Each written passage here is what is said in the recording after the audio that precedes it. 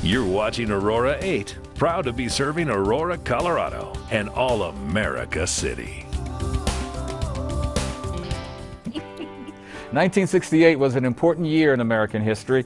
The Vietnam War was raging. There were protests across the country on everything from the war to civil rights. There were also two major assassinations with the murder of both Dr. Martin Luther King Jr. and Bobby Kennedy. The country was under tremendous social stress and needed to start finding some solutions. Right here in Aurora, it was the year the city established the Human Relations Commission, and it's been a key part of this community ever since. We'll hear from some of the current commissioners who will discuss some of the commission's past accomplishments, the challenges, and what they hope to achieve in the future. All that is coming up next, right here on Dateline Aurora.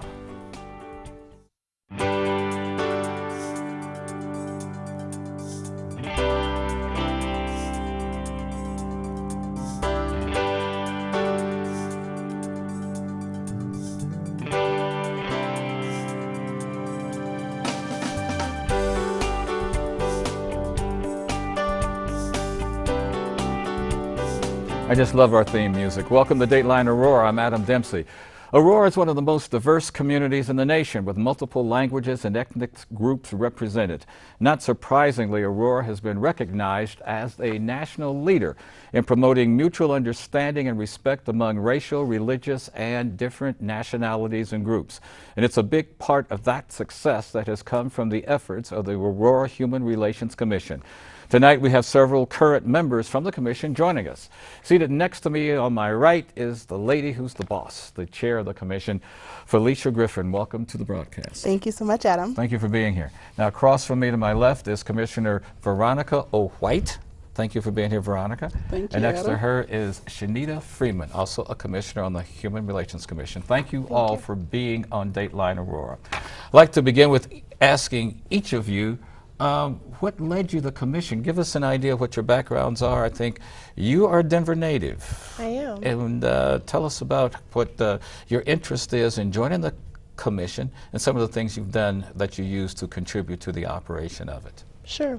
So my initial reason for joining the commission was because I felt like I was always one of very few or one of one minorities in higher education or career situations, and I wanted to be able to affect some sort of change so that that wouldn't occur or be the case for other minorities.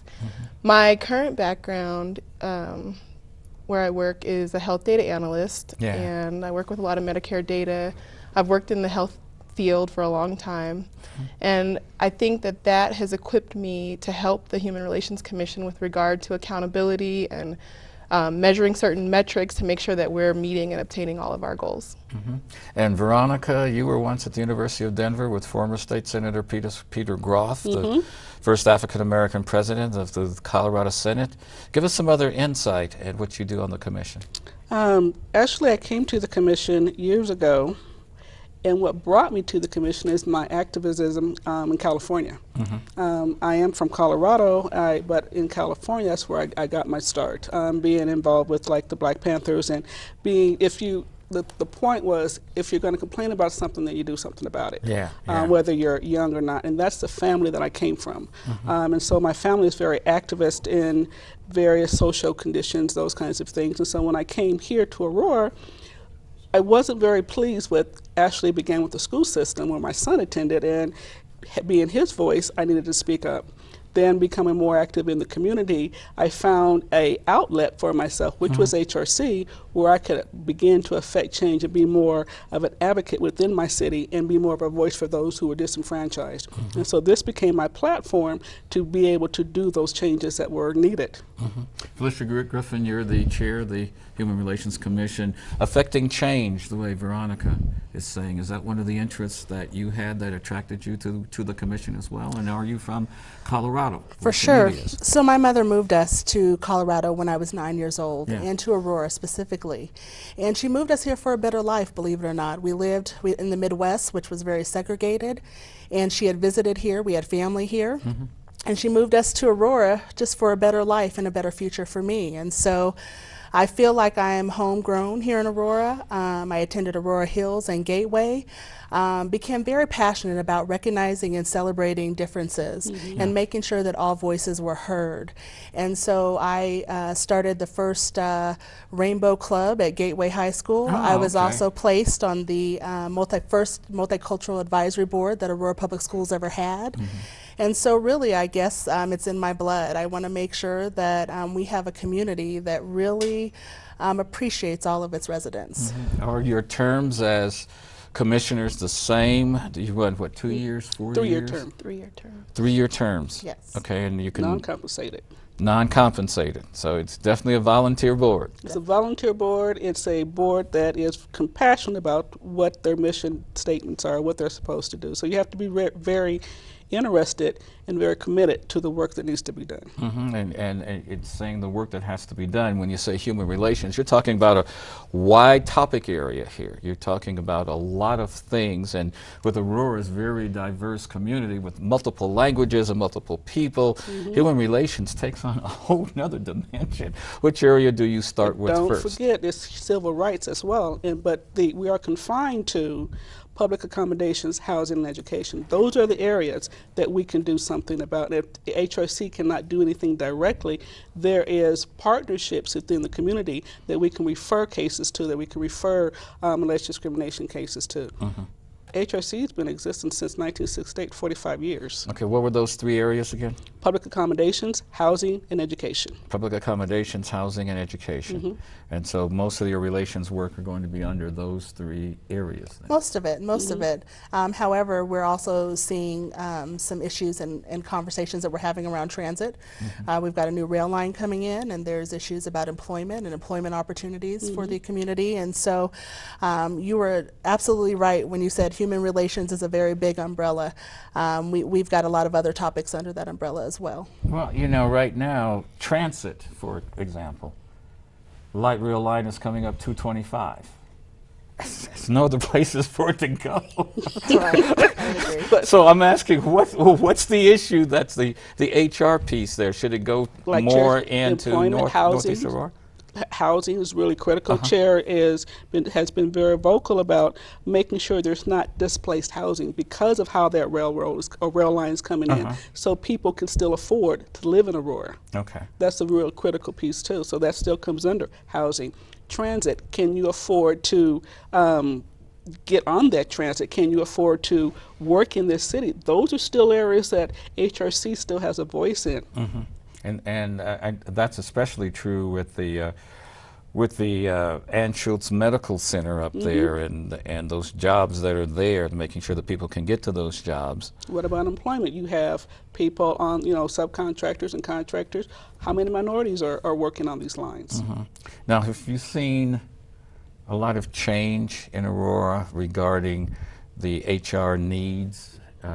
Human relations needs, so it's not human resources, so people don't think I'm talking about that. Over the years. Oh, yes. Okay. Our social conditions have evolved more so, I believe, within the past 5 years than they have since 1968. I think in between those times, we have gotten complacent. There's a lot of growth that we've had, but we've gotten a lot more complacent. In Aurora, we have a lot of diversity, and with that diversity comes a lot of different changes. Maybe African Americans here have gotten a little bit of more help, but you have other cultures that have no idea that HRC exists and need that voice. Are you finding what's the perception, let me change the question, what's the perception that the other cultures have regarding the Human Relations Commission and what it can do for them? Well, that's a good question. We just met with members of our community from different cultures, including Nigerian and I believe Cambodian, and their perception is that there is no HRC. They were completely unaware of our presence, and so in talking to them, we were able to inform them of what we do and how we feel that we can help, and to receive comment back from them on what they want help with. So we're in the process of trying to do a needs assessment to figure out how we can better serve those communities. Yes, so you're finding that that's moving toward the top of the agenda, is the outreach you have to more diverse ethnic communities, because we have a large Asian community here in Aurora. We do, and you know, I think it's really what I said before. I think that the HRC really wants to be sure that everyone has a place in this community, that everyone has a voice in city government, in their communities, in their neighborhoods, and that's the reason why, as Commissioner Freeman said, we're doing a needs assessment, because we just don't want to assume what their needs are. We want to know what the needs are, and so we're actually having these conversations with those communities to find out, do they need representation of their own? Do we need to have a commission for refugees and immigrants and newcomers in our area? Or can our commission handle those needs? And so it's a great conversation. We're also in conversation with City Council about this, and so we're beginning to really create a strong partnership with Council about the issues that we're hearing on the ground. Probably when you have a meeting, you have multiple translators there to translate all the languages. We haven't. You haven't yet? No. Okay, because I know that there are like 100 languages spoken in Aurora Public Schools alone. We haven't had the need yet, but we anticipate that we will, especially with the needs assessments. We've looked into the city-funded translators to use. They're kind of at our disposal, so I hope that we get to use those also. I asked the question simply because that's one way to make sure that the perceptions of what you do, those other communities can figure it out, because you can actually speak their language. Absolutely. Which means we got to talk to our people to make sure we translate this into as many languages as possible. Tell us about some of the annual events you put together. I know you all help sponsor the Dr. MLK weekend stuff, but beyond that, what are the things? We are the only ones in the city of Aurora that we do a week-long celebration. The state of Colorado. It's not a week. I have to clarify that. I stand corrected. A week-long celebration. Week-long, 27 years. Yes. Yeah. 27-year celebration. Okay. And this is, I guess, the 50th anniversary of Dr. King's, one of his major visits to Denver. So I guess you'll be looking at doing some special things for that. Yeah, so Adam, if I could take the time now, I really want the folks in Aurora to know about the celebration.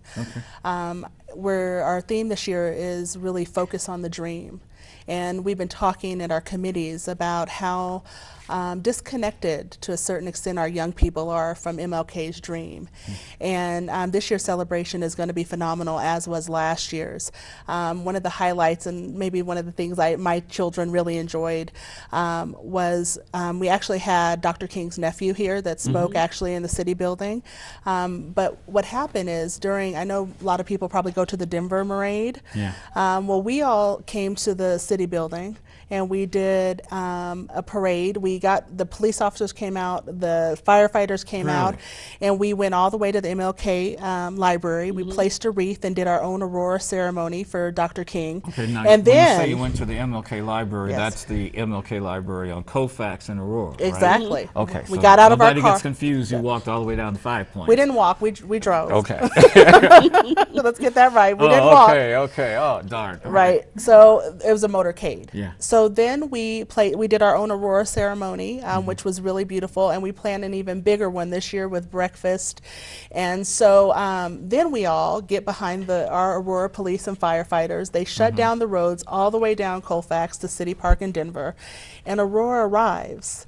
And so I don't know about you, but being just a child arrives to the parade. Yes. Okay. And it's pretty neat. And just being a child of Aurora, I just had so much pride at that moment and so proud of our city. And so I invite everybody to participate with us in 2014. But isn't what you're doing kind of reflective of what Dr. King was saying, in that he wants everybody to sit together, and we have a community that has that homogeneousness that Yes. does exactly that. I'll sit together and work together. Be at the table. Yeah. And so the commission's work that you're doing is being reflected of that. I think that's true, and that's very critical. Where people are at the table, change begins when you have those conversations of everyone involved at the table. And like the commissioners were talking about, the latest initiative of having diverse groups outside of the normal groups that actually come to an HRC, being more aware of what HRC is about. Coming to HRC, that's very critical, because it can be intimidating. It can be intimidating to come to a commission that's appointed by council to hear what my complaint might be. How do I know that you are going to really listen to me or help me to make a change? Yeah. What other events do you have throughout the year outside of the Dr. Martin Luther King celebration? Well, there are several other events. However, I'd like to add to what Commissioner go White ahead. said. Another way that we are living the dream is that our commission is very diverse. We have older members, we have younger members, Black, Hispanic. There are Caucasian people that sit in on our meeting. We're out in the community talking to other cultures, and I think that helps to relieve some of that intimidation, is that we are so diverse. So when you come, you can relate to somebody who's there. We have a story of us. We're working on our story of us and how we can relate better to other community members, to let them know that we're not so far up that we can't be reached. That Story we have of us? Yes, there's a story of us. It's part of our community organizing goals, so that we can better, communicate and relate with the community. And so each of us has a story, and you started out with that, why we're at why we joined the commission. And then now that we know why we're all here, what are we doing together? What's our story? What's the Human Relation Commission story? And then being able to relate that to the community so that they feel comfortable enough to let us know what their issue is. Now, of course, there's always those in the community that say, oh, come on, this is 2013. Do we need a Human Relations Commission at all? Yes, sir, Adam, we do. I was just on a discrimination call last week. Someone right here in our community, and of course I can't give those details out, but I would say that discrimination and racism is still alive and well. And there are people that just don't have voice in situations, whether it's housing or employment, and they feel helpless and they don't know where to go. And so we are able to answer those calls. We first try to mediate the situation, honestly, and really bring the parties together to find some sort of common ground. We really want a win-win situation out of it. And when we can't do that, we also work with other organizations that we refer to, like the Civil Rights Division, and we refer bigger things that are out of our realm. But yes, and I think it's really important that people have somewhere to go, really to help them through those tough situations, because you really feel alone when that happens. Oh, I bet. Education, you mentioned, was another area that you're working in as well. Is that assisting the Aurora Public Schools, perhaps, Community College of Aurora, making sure that educational opportunities are there for those who need them? It is in the form of ensuring that there are opportunities for everyone who wants them at both school districts and higher ed. Oh, I left out Because you Cherry just said Creek. I APS. used to live down there. I did. Yes. I'm sorry. We have two school I'm districts. in trouble. That's why they ran me out of the neighborhood. So, and Commissioner, the chair's kids go to Creek. My child went to Creek, and that's where, Cherry Creek, that's really where I got my vocal start from, is because there wasn't that voice for kids of color in the school system. There is a little bit more now, and again, what we affect is those partnerships. We have those partnerships through the forums that we have to make sure that those things happen. Now, you've seen the duties, not so much duties, but the involvements of the commission to change up over the years, being external of the commission and internally. What's the biggest thing, the challenge the commission has had to deal with that you can remember?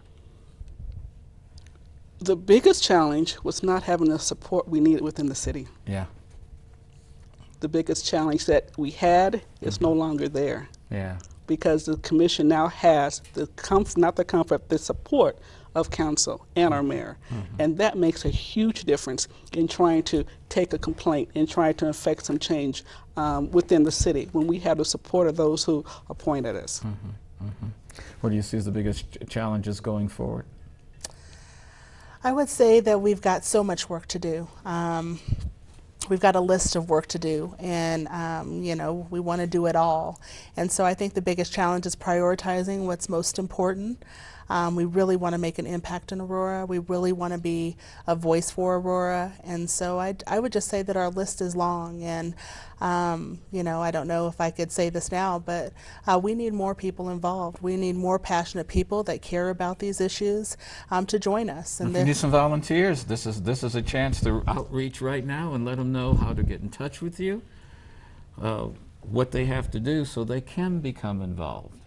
Exactly. Well, we actually have openings on the commission right now. We have 2. Yes. And so all you have to do is go to the city's website, and we'll give that information, I believe, at the end of the program. Okay, we can give it now as well, because, you know, with TV, we can put it in, but if we want to wait, we can. Okay. No problem at all. But all it is, it takes an application. You're interviewed. City Council makes a final approval, and then you are appointed to our commission. We also have volunteer commissioners. When all of our seats are full, we have volunteer commissioners that come, and they don't have voting rights, but they come and they volunteer because they care about this work so much.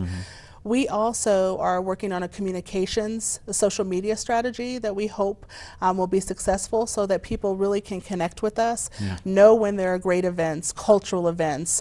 Some of our commissioners recently attended an Ethiopian celebration and a Somali celebration. And so we want other community members to know that these things are going on. We want everybody to come out to the MLK celebration. We just sponsored Civil Rights Stories that's happening at the Aurora Fox Theater.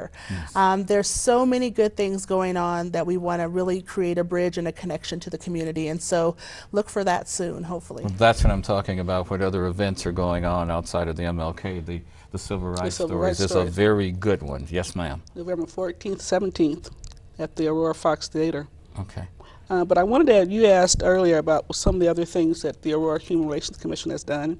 Under the umbrella of the Aurora Human Relations Commission has birthed KCRT, Key Community Response Team, Aurora Community of Faith, and those organizations are very effective in the city. And so the Human Relations Commission over 40 years has done some really great things, and as the chair said, there are a lot more work to be done because there's more diversity. With more diversity, you have more alleged discrimination, you have more misunderstanding. So with more, you get more. And so HRC is going to be very viable now and in the future. So you're looking at also some type of communications outreach, the better the human relations or the relationships between neighborhoods and people in Aurora, because Aurora continues to grow. Everybody's not born here, you know, and grow up here. So we got a lot of people coming in from elsewhere that need to be connected as well, and some of their perceptions interdicted. Okay, so that they could fit in much better there too as well. Now we see 3 African American women on the commission, but the commission is much more diverse. There are some men that are involved as well, right? Yes. And as she mentioned, there are other cultural groups that are involved as well. We've got members of the Latino community, and we, like I said, have 2 open spaces. We've got representative of the Anglo community, and we've got 2 open spaces. So there's no. When do you have to have them filled by? As soon as possible. As soon as possible. Yes, sir. And that we also have space for youth that want to join. We welcome them. They have a different perspective that we need to hear, and you know, they're part of our community also, so we would not like to forget them and let them know that they're valued and important as well. So you just picked my next question right up, because I was going to look right at you and say, what about the outreach to youth? Because youth have a different perception of what's going on and how it's going on. Absolutely. And it's good to hear that you're going to focus on them too and make them welcome as much. Have you had some come to your meetings and articulate some of the things that are on their mind? We have. We've had members come to our meeting and regularly, as well as we had a youth alternate that came and spoke about the things that he's currently doing and his perspective. And I think that that's valuable to us as a commission. We also reach out to youth through our scholarship program. We work on giving scholarships so that they have the opportunity for higher education, and I think that keeps us relevant in their mind also. Yeah, I would also say one of the most exciting meetings is we had a whole Boy Scout troop join us. Oh, really? And they had a lot on their minds. And so we always invite at our meetings the public to speak. If you want to come and share with us, the public is welcome to any meetings. The meetings are on the website. But this Boy Scout troop came, and they had a lot on their heart about the 720 event and the needs that they felt the community needed. And so we had representatives of the city at our meeting that were able to take their concerns and react to them right away. And so, yeah, I get really excited when there's youth in the room. There's youth in the room for sure. And Yes. oh, I I guess they earned a few merit badges for I hope so. for that one. We've been talking about getting involved. We've only got a couple of minutes left, so let's give some contact information, some phone numbers, some website addresses. Who's carrying the insight? Sure, I have that information. Okay. So our web address is www.auroragov.org. Our email address is hrc@auroragov.org. And then you can reach out to us by telephone at 303-739-7285. Okay, it's right there on the screen. Everybody saw it. So they have no reason not to be able to connect with you. Now, obviously, you all were not on the commission when it was first started. Y'all someplace else doing something else. That's right. Okay. That's right. And so you need people to keep refreshing the commissioners and going ahead. In the next few years, looking down the road, youth, you indicated you have to have more youth involved there. Sure. You're carrying the history. What do you see that needs to be done to be put in place so that future commissioners can build on the work that you all are doing? Being able to effectively pass the rod, and to do that, you need to stay involved just a little bit so that those who are coming on know the history, know what it's about, and can take it forward from what they see. You don't take it forward. You provide the information, you provide the history so that the new folks can take it forward. Where are we going to go? HRC is going to always be needed. Yeah. It's going to always be needed. Close your eyes and imagine a world without an HRC. Imagine a world without some place to go to get that assistance that you need for discrimination. It would be ruckus. Felicia, as the chair, director, and all that stuff, what is the one thing you wanted to get accomplished in your leadership role on the HRC? That's a hard question, Adam. You had so many. That's a hard one. Yeah. I would say that probably the most important thing to me is really ensuring that there is a strong commission when I leave. We have lots of goals, and I really want to accomplish all of them. Yeah. But I just to pick off what Commissioner White just said, so she passed the baton to me and trusted me and has mentored me. And so when I am ready to pass the baton, I want to be able to do the same thing to someone that is ready to take on and lead and be here and be a voice for those that are vulnerable and marginalized in our community. And so for me, there's lots of little goals that I have about the work that we do. But the most important thing to me is leaving behind a strong group of people that are passionate, dedicated, that work hard towards all of the goals of HRC. Real quick, I have 30 seconds left. Veronica, what did you want to leave in place when your time on the commission is done? I want to leave in place the commission that's going to be a voice for disenfranchised, a voice for those who don't know how to speak up, and a direction for those who need to know how to get something done that's affecting them negatively in their lives. Shanita, you have the last word on that since Well, you're probably the youth of the group.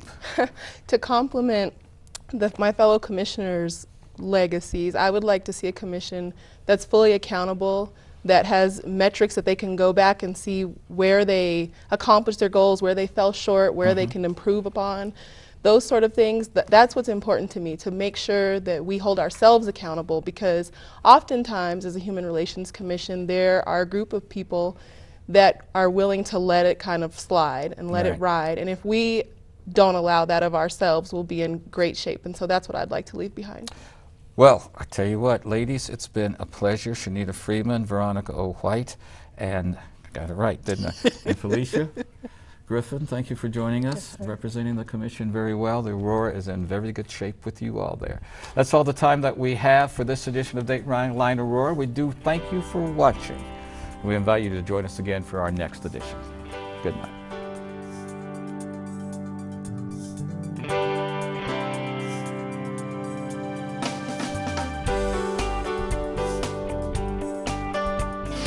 You're watching Aurora 8, proud to be serving the All-America city of Aurora, Colorado.